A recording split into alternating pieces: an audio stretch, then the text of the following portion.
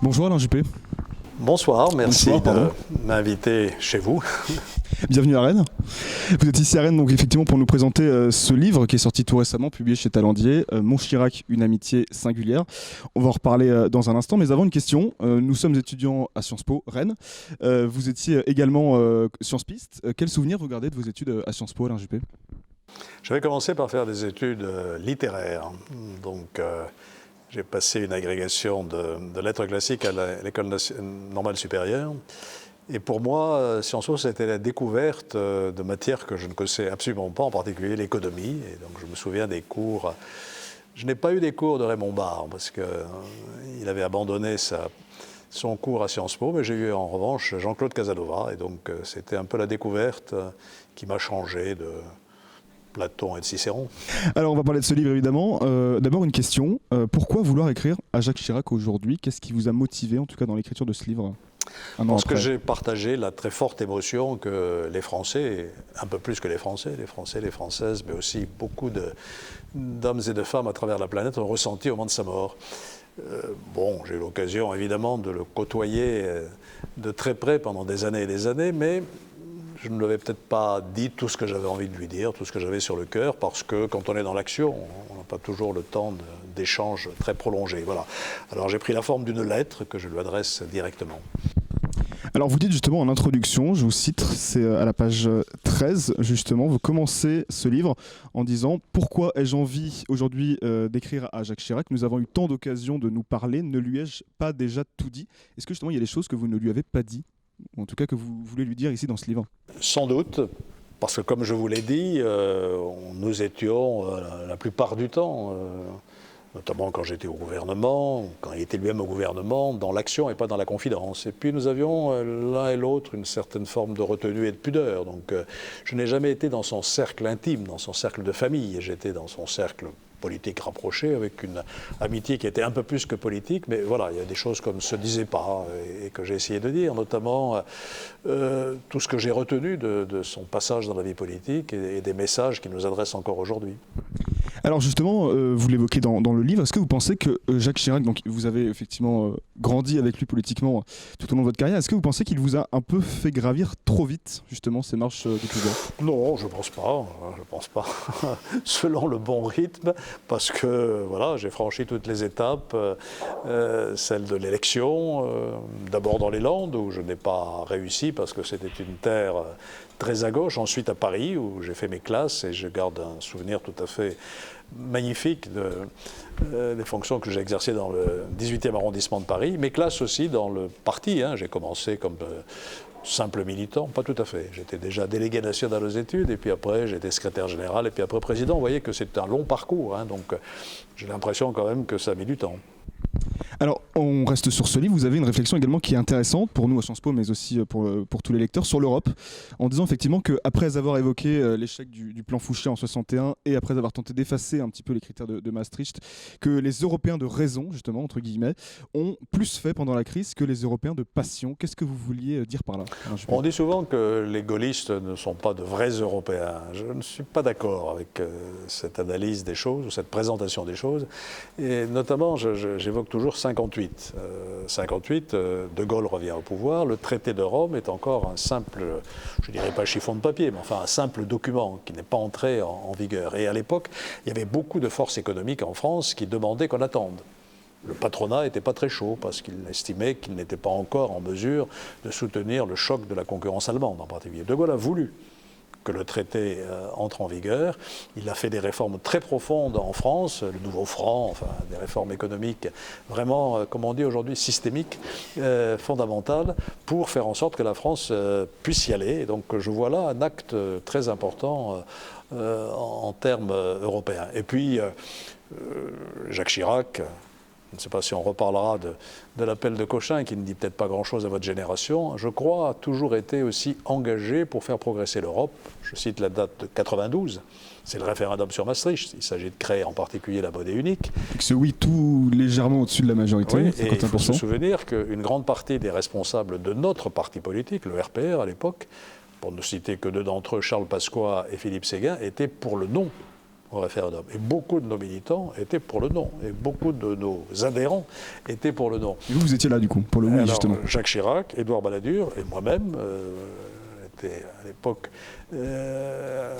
responsable du parti avec Jacques Chirac, nous avons milité pour le oui. Or le oui, vous l'avez dit vous-même, a remporté la victoire de 20%, 51-49 grosso modo. Très léger quoi. Vraiment. Donc très serré, donc si nous ne nous étions pas engagés, il était tout à fait possible que ça se termine dans le sens inverse. Et nous n'aurions pas aujourd'hui cette protection que j'estime très efficace que nous apporte la monnaie unique, l'euro. Il y a cette phrase qui m'a aussi particulièrement marqué, qui a choqué beaucoup de Français.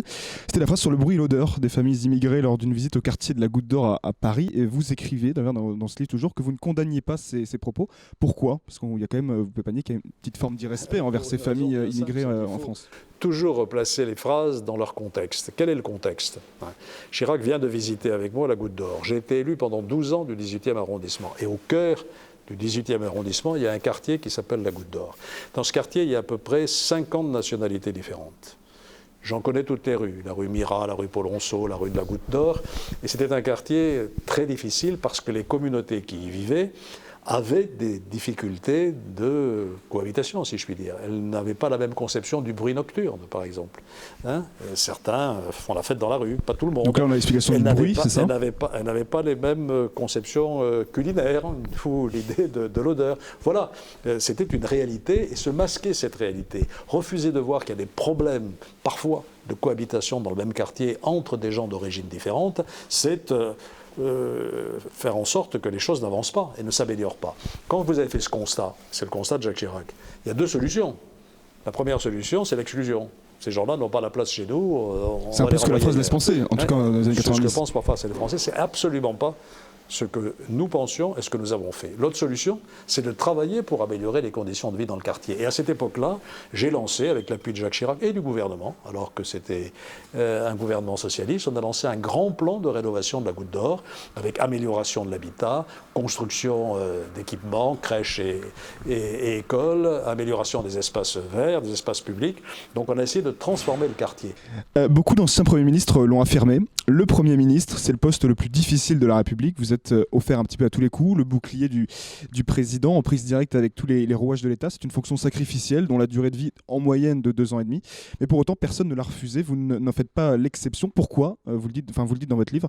Vous n'étiez pas préparé pour Matignon. Est-ce qu'on peut en fait réellement se préparer à arriver à Matignon? Quand je dis que je n'étais pas préparé pour Matignon, c'est vrai et faux à la fois. C'est faux parce que j'avais déjà un parcours politique important.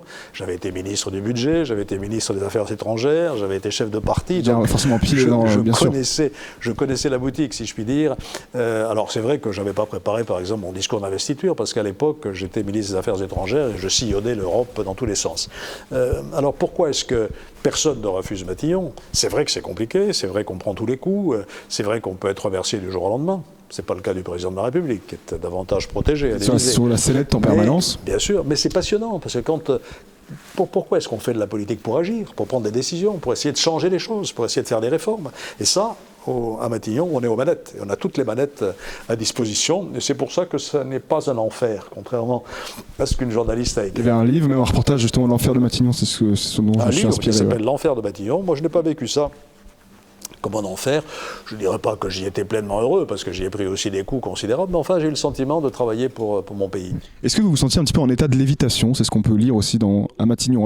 À Matignon, non, pas du tout. On a les pieds dans le... On a les pieds dedans. On a les pieds dedans, tout à fait. Quand j'entends dire que les responsables politiques au plus haut niveau sont coupés des réalités, ça me fait sourire. On n'est absolument pas coupés des réalités. D'abord, on a été élus, on les a vécus. Je rappelle mon expérience dans le 18e arrondissement. Et puis, on a des capteurs. Tous les mardis matins, les députés remontent de leur circonscription. Et ils vous racontent, les cahiers de doléances, comme vous en parlez dans le livre. Ce qu'ils ont entendu dans la circonscription. Je les recevais, moi, très régulièrement, je les invitais à déjeuner, et toute l'information revenait en direct. En général, des engueulades, d'ailleurs, effectivement. Alors sinon, il y a une question qui fait débat aussi. Certains répondent oui, d'autres non à cette question. Est-ce que si François Fillon s'était retiré de la course à la présidentielle lors de l'affaire du Penelope Gate, au moment des primaires, est-ce que vous auriez pu, vous pensez, sortir peut-être favori de ces primaires de la droite et du centre, et pourquoi pas accéder au second tour en 2017 ? On ne va pas refaire l'histoire. J'ai été le favori pendant les 4/5e du temps, pendant la primaire, et puis ça a basculé à la fin, pour des raisons difficiles à analyser. Il y a eu les débats télévisés où je n'ai pas été très bon, je le reconnais, Fillon était peut-être meilleur. Il y avait eu aussi une campagne qui a été menée contre moi, qui a été honteuse, pour ce qu'on appelle la fachosphère. On m'appelait Ali Juppé. Quand on lit l'ouvrage que j'ai rédigé qui s'appelle « Pour un État fort » et ce que je dis de la laïcité, on voit bien à quel point cette campagne était une supercherie. Et puis, il y a eu aussi le fait que peut-être je m'étais positionné plus pour un premier tour de présidentielle que pour un tour de primaire. Enfin, peu importe. Je n'ai pas gagné, c'est ainsi. Je n'en conserve aucune amertume parce que j'ai fait une campagne formidable. Je rencontre encore plein de gens qui me disent on vous a aidé dans la campagne, plein de jeunes en particulier. Et ça a été pour moi une très très belle expérience. Alors après, que se serait-il passé si Fillon s'était retiré? Il ne s'est pas retiré, donc c'est pas la peine de faire des châteaux en Espagne. Vous êtes donc depuis 2019 membre du Conseil constitutionnel. Une question qui me vient, on compare souvent le Conseil constitutionnel à la Cour suprême des États-Unis, même si sur de nombreux points évidemment ils sont dissemblables, mais on parle souvent aussi des opinions dissidentes telles qu'elles se pratiquent aux États-Unis. Est-ce qu'elles pourraient selon vous être envisagées en France ? Le Conseil constitutionnel y a réfléchi, a toujours pris position contre. Nous ne voulons pas, et je pense que c'est une de nos forces, introduire des clivages politiques au sein du Conseil constitutionnel. Aux États-Unis, quand on nomme un juge, on vous dit il est de droite, il est de gauche, il est conservateur, etc. Ce n'est pas le cas en France. Et nous sommes très attachés à cette impartialité, à cette neutralité des membres du Conseil constitutionnel. Et je peux vous dire, sans trahir le secret des délibérés, que pratiquement jamais, même jamais, depuis que j'y suis, je n'ai senti des prises de position qui étaient des prises de position partisanes. Le Conseil aujourd'hui a un rôle éminent. Vous savez qu'il a une double tâche. D'abord, se prononcer sur la conformité des lois à la Constitution avant qu'elles ne soient promulguées, quand il est saisi, notamment par des parlementaires, mais aussi, depuis une réforme très importante, la question prioritaire, c'est ça? QPC, je vois que vous êtes au courant, que nous appelons aussi la question citoyenne. N'importe quel citoyen, dans n'importe quel procès, peut dire « on va m'appliquer une loi » qui n'est pas conforme aux droits et libertés que la Constitution me garantit. Et après un filtre un peu compliqué, mais enfin... ça marche ça marche très bien. Est-ce qu'il y en a certains qui... Nous avons fêté cette année les 10 ans de la QPC qui a été mise en fonctionnement au 1er janvier 2010. Nous avons d'ailleurs nous avions prévu d'organiser des manifestations, le Covid aidant, elles n'auront pas lieu sous la même forme, mais pour faire le bilan de cette réforme qui a été très fructueuse et qui a fait rentrer aujourd'hui la défense des droits et libertés de la Constitution vraiment un peu dans la vie quotidienne des juridictions. Moi, j'ai une question. Voilà, on peut douter parfois effectivement de cette légitimité des décisions de ce Conseil quand on sait que la fonction interprétative de ce Conseil, elle est justement fondamentalement politique. Qu'est-ce que vous pouvez répondre à ce doute aujourd'hui ? C'est qu'en général, on ne doute pas de la légitimité des décisions du Conseil constitutionnel, que nos décisions sont respectées et admises. D'ailleurs, vous savez qu'elles ne peuvent faire l'objet d'aucun recours. Elles sont applicables immédiatement. Il peut y avoir des délais pour permettre au législateur de se mettre en conformité. Mais voilà, je pense qu'au contraire, l'autorité du Conseil constitutionnel est reconnue parce qu'il s'efforce de juger en droit et en balayant toute espèce de considération partisane. Notre travail consiste en permanence à concilier des principes contradictoires. Je prends un exemple, la liberté individuelle, la liberté d'aller et de venir, qui est un principe constitutionnel, une liberté fondamentale, et la sauvegarde de l'ordre public, qui est aussi une liberté, ou en tout cas un droit constitutionnel. Et donc, il faut que nous trouvions le point d'équilibre entre ces deux principes qui, parfois, sont difficiles à concilier. Et on peut dire que là, il y a évidemment un travail de caractère politique à faire pour trouver le bon point d'équilibre, respecté ensuite dans la décision qui est rendue. Donc comment vous pouvez éviter les considérations partisanes alors que majoritairement quand même les sages du Conseil sont majoritairement issus de partis politiques? Non, pas du tout. Une bonne partie quand même. Non, il y a des magistrats qui n'ont jamais eu d'engagement politique, il y a des avocats qui n'ont pas eu d'engagement politique. Alors c'est vrai qu'il y a des hommes politiques. Fabius, l'actuel président, a été Premier ministre. Moi j'ai succédé à Lionel Jospin qui a été Premier ministre. J'ai été Premier ministre. Donc je crois que c'était aussi une bonne chose qu'on ait des hommes et des femmes qui laisse de côté tout engagement partisan. Moi, je n'appartiens plus à aucun parti politique et j'ai prêté serment de respecter la neutralité politique, mais il n'est pas du tout contre-indiqué, c'est même tout à fait utile qu'on ait des hommes et des femmes qui aient une expérience de ce que représente la vie politique pour ne pas rendre des décisions hors sol. Nous ne sommes pas hors sol, nous sommes aussi ancrés dans la réalité. Une dernière question à l'RGP, il y a des débats actuellement sur des rénovations. Je sais que les professeurs de droit constitutionnel... On en a, je pose la question. Mais parfois on se demande si effectivement, si on ne nommait que des professeurs de droit constitutionnel au Conseil constitutionnel, je ne suis pas sûr que ce sera un progrès. Voilà, ce message est passé pour nos profs qui vont regarder cette interview. Voilà, je suis sûr de mon impopularité auprès de vos profs. Juste une dernière question, il y a des débats actuellement sur des rénovations, des restaurations un petit peu de cette 5e République. On parle beaucoup ces dernières années d'en créer pourquoi pas une nouvelle, une 6e. Je pense pas forcément aux idées de Jean-Luc Mélenchon, mais pensez-vous, vous qui avez fait toute votre carrière dans la 5e, que cette dernière commence à être un peu usée, elle a 62 ans, et on pourrait la modifier, la moderniser? Alors joker, parce qu'il est Vous pouvez pas répondre. probable que le Conseil constitutionnel sera saisi s'il y a une réforme de la Constitution. Un référendum, par exemple, vous savez que nous contrôlons le décret de convocation des électeurs au moment du référendum, donc je ne peux pas à la fois être juge et parti, donc je ne vous donnerai pas mon opinion tout à l'heure, voilà, sur vous une réforme permettiez constitutionnelle qui d'ailleurs aujourd'hui n'est pas encore sur la table. Voilà, ce sont les idées, bien sûr. Parce que pour l'instant, tout à l'heure, vous critiquiez pourtant tout à l'heure l'aspect parlementaire de la 5e. Juste une petite remarque, les États-Unis ne donnent pas en ce moment l'exemple d'une démocratie exemplaire, mais enfin leur constitution date de 1792. Elle a été amendée, mais c'est toujours la même. La nôtre change tous les 100 ans, à peu près. Je le rappelle donc, ce livre, effectivement, Mon Chirac, une amitié singulière, c'est publié chez Talandier, c'est sorti le 10 septembre, et c'est actuellement partout en librairie. Voilà, Alain Juppé. Ah, ça tombe toujours. Ça tombe toujours. Merci beaucoup, en tout cas, Alain Juppé. Merci de nous avoir rendu visite ici à Rennes, dans cette capitale bretonne, et on vous remercie. Merci de votre accueil. Merci à vous. Et pardon pour mon retard. Aucun problème, merci beaucoup. Voilà, bonne interview. Attention.